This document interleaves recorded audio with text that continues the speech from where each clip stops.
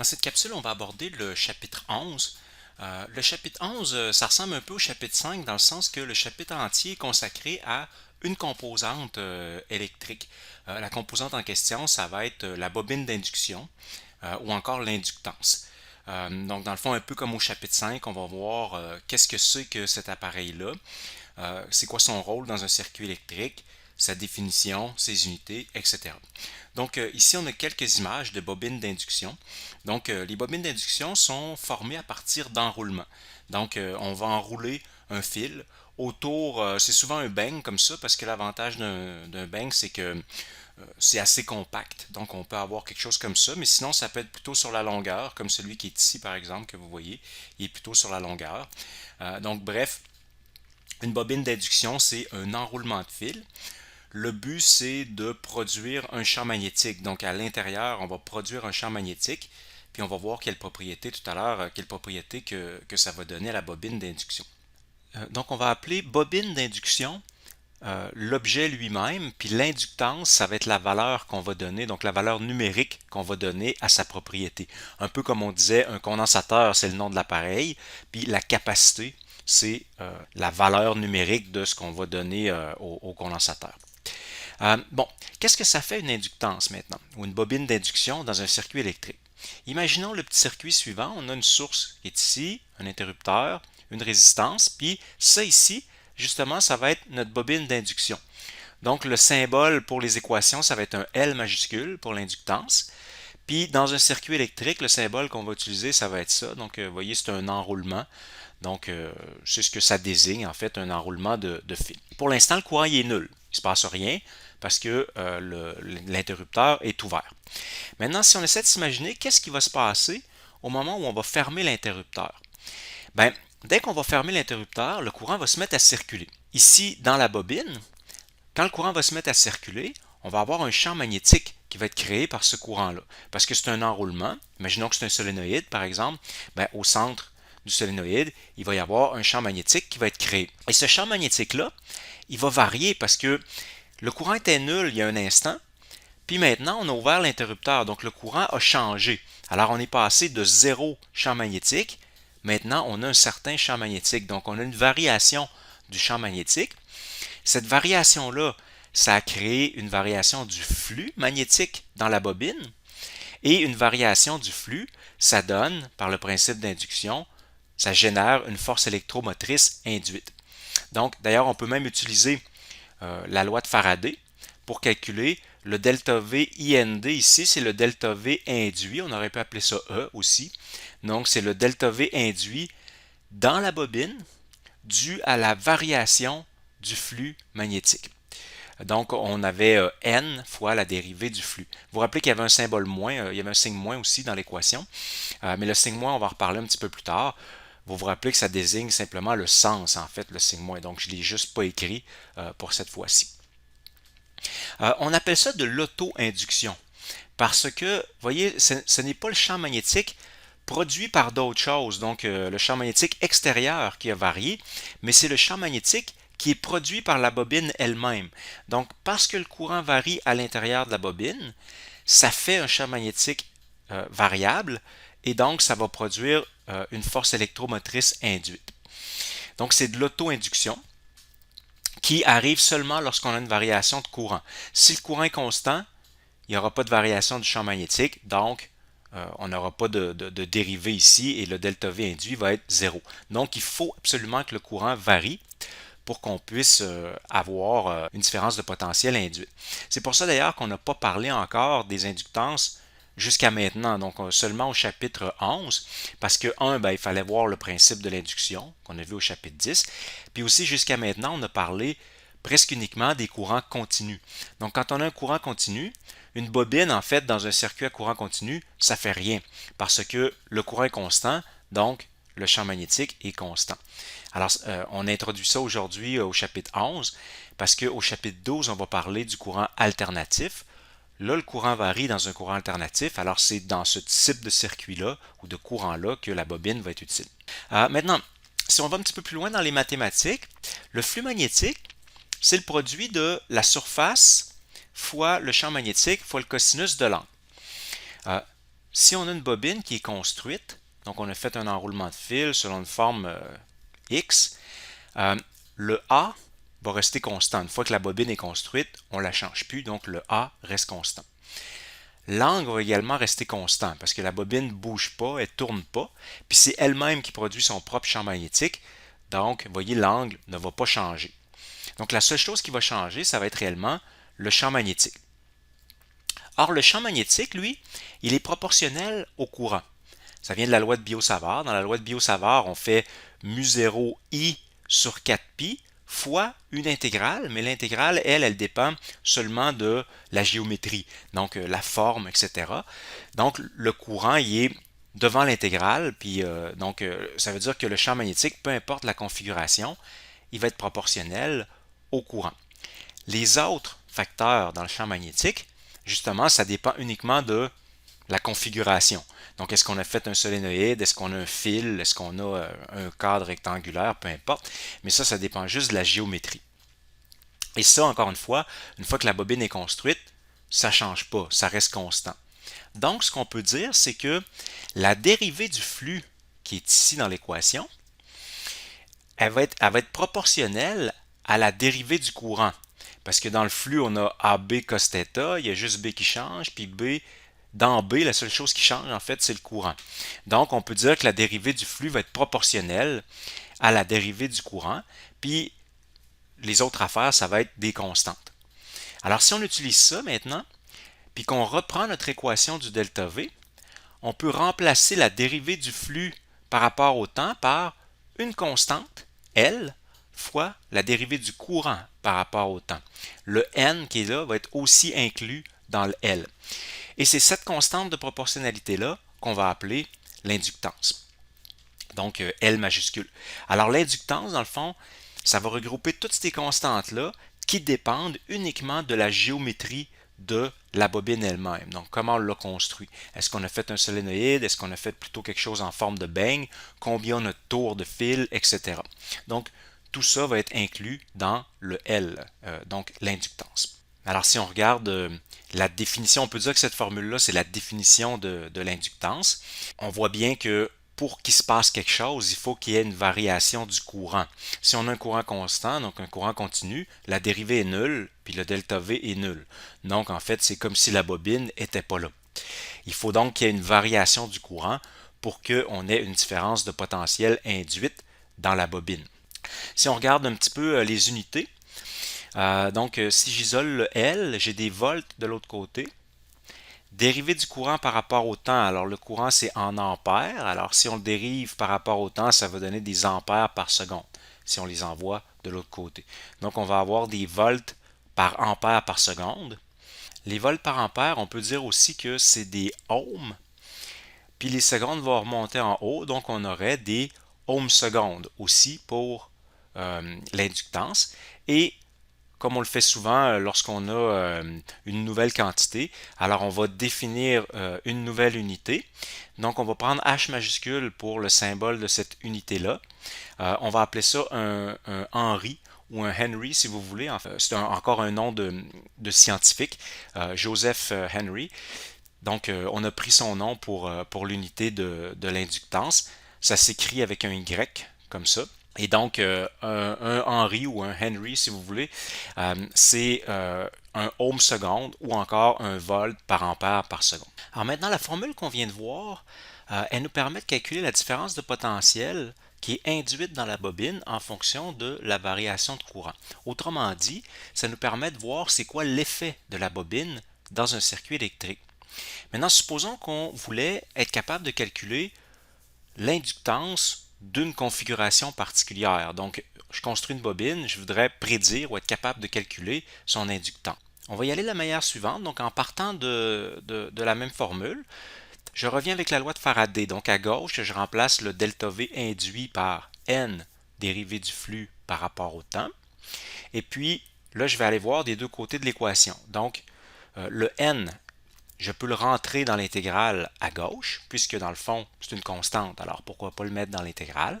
Même chose à droite, le L, c'est aussi une constante, donc je peux le rentrer avec le courant, ça ne change rien. Alors j'arrive avec deux dérivées par rapport au temps. Alors, je dis la dérivée de ceci par rapport au temps égale dérivée de ceci par rapport au temps. Donc, qu'est-ce que je peux conclure dans ce temps-là si les deux dérivées sont égales? C'est que n fois le flux, c'est égal à L fois I. En fait, techniquement, je pourrais dire que c'est égal à LI plus une constante d'intégration, on pourrait dire. Là. Mais bon, dans cette cas-ci, la constante est sûrement égale à 0 parce que c'est sûr que quand il n'y a pas de courant, il n'y a pas de flux magnétique. Donc, la constante, en fait, est égale à 0. Donc voilà, ça veut dire que si j'isole L là-dedans, je vais trouver N flux sur I. Donc ça va être la façon de calculer pour une configuration donnée l'inductance d'une bobine. On va faire un exemple de calcul de l'inductance. On va prendre l'exemple d'un solénoïde. Alors supposons que je construis le solénoïde qui est ici à gauche. J'ai les données. Le N, c'est le nombre total de tours de fil que j'ai fait. La surface A, 1 cm². Donc la surface, c'est ça ici. Puis ensuite, le L, la longueur du solénoïde, donc c'est cette longueur-là ici. On a 12 cm. Bon, première chose, ce qu'on va faire, c'est qu'on va prendre la formule du champ magnétique d'un solénoïde idéal, c'est-à-dire d'un solénoïde infini. Bon, évidemment, il n'y a aucun solénoïde qui est infini. Donc la formule, disons, elle va être valable pour un solénoïde qui serait, disons, long par rapport à son diamètre. Ici, on a, vous voyez, 1 cm² de surface, puis 12 cm de longueur. Donc, c'est pas si mal, disons, comme rapport. La formule va nous donner, disons, une idée de l'ordre de grandeur, là, mais c'est sûr que si on le fait, puis qu'ensuite on la mesure expérimentalement, notre inductance, il va probablement y avoir une petite différence. Bon, mais donc ce que je voulais surtout faire, c'est l'exercice pour qu'on voit à quoi ça ressemble, le calcul d'une inductance. Donc, on vient de voir que pour la calculer, donc il faut faire N fois le flux magnétique divisé par le courant qui passe dans le solénoïde. Donc, la première chose, c'est de calculer le champ magnétique. Donc, le champ magnétique pour un solénoïde, on a vu la formule au chapitre 8, c'était mu0 NI, où N minuscule, c'est le nombre de spires par unité de longueur. Donc, ça veut dire, on pourrait le remplacer ici, on aurait N sur L pour le nombre de spires par unité de longueur fois le courant. Donc ça serait le champ magnétique. Maintenant, il faut calculer le flux. Donc le flux magnétique à l'intérieur du solénoïde, ça va être BA cos θ. Donc le B, mu0 N sur L fois I. Le A, ben, ça va être tout simplement, le champ magnétique, il est constant partout à l'intérieur du solénoïde. Donc, le A, c'est simplement la surface du solénoïde. Puis le cos θ va être égal à 1 parce que le champ magnétique, il est perpendiculaire à la surface dans le solénoïde. Donc, en fait, on a un cos de 0 qui donne 1. Alors, notre flux va être égal à ça. Et finalement, si on regarde la formule, alors il faut faire N fois le flux sur I. Donc, on aurait L égale N fois le flux mu0 N sur L I fois A, et ensuite tout ça est divisé par le courant. Donc, on se retrouve avec mu0, le N va être au carré, ensuite le I s'annule, donc voyons le là et là, donc il reste ensuite le A, puis il va nous rester un L au dénominateur. Donc cette formule-là nous donnerait l'inductance d'un solénoïde. Donc on voit que ça dépend du nombre de spires. Donc plus on fait de tours, plus l'inductance est importante. C'est même au carré, donc c'est vraiment important. Ensuite, la surface, plus c'est gros, plus l'inductance est importante. Et c'est divisé par la longueur. Maintenant, donc ça va être notre formule. Vous l'avez d'ailleurs sur la feuille de formule, cette formule-là. Ce que je veux faire remarquer, c'est que ça dépend, vous voyez, uniquement des caractéristiques physiques, géométriques du solénoïde. Le nombre de tours, le A, le L, ça ne dépend absolument pas du courant ou de rien d'autre. Donc si on met maintenant les chiffres dedans, là, donc je reviens ici, mu0, donc 4pi fois 10 moins 7. La surface, on disait, non, le nombre de tours avant, donc on avait 1000 au carré. La surface, c'était 1 cm². Donc bien sûr, il va falloir le mettre en mètres carrés, donc ça va être 1 par 10 exposant moins 4. parce que c'est des centimètres au carré. Puis ensuite, la longueur, donc on avait pris pour la longueur 12 cm. Donc 0,12 mètres. Donc, on fait le calcul. Ça donne 0,00105. Ça serait des Henry. Ou encore, évidemment, puisqu'on a plusieurs zéros, là, ici, on pourrait dire aussi 1,05 millihenry. C'est une valeur qui est, disons, assez typique, on pourrait dire, d'une inductance. C'est assez élevé quand même. Là, on a quelque chose de 12 cm de long avec 1 cm² de surface puis 1000 tours de fil, donc ça serait quand même assez élevé. On va avoir souvent des inductances qui vont être quand même beaucoup plus petites que ça. Maintenant, vous vous rappelez du moins dans la formule de Faraday qui nous donnait le sens. Donc justement, ici, on va s'intéresser au signe du delta V qui est généré par la bobine d'induction.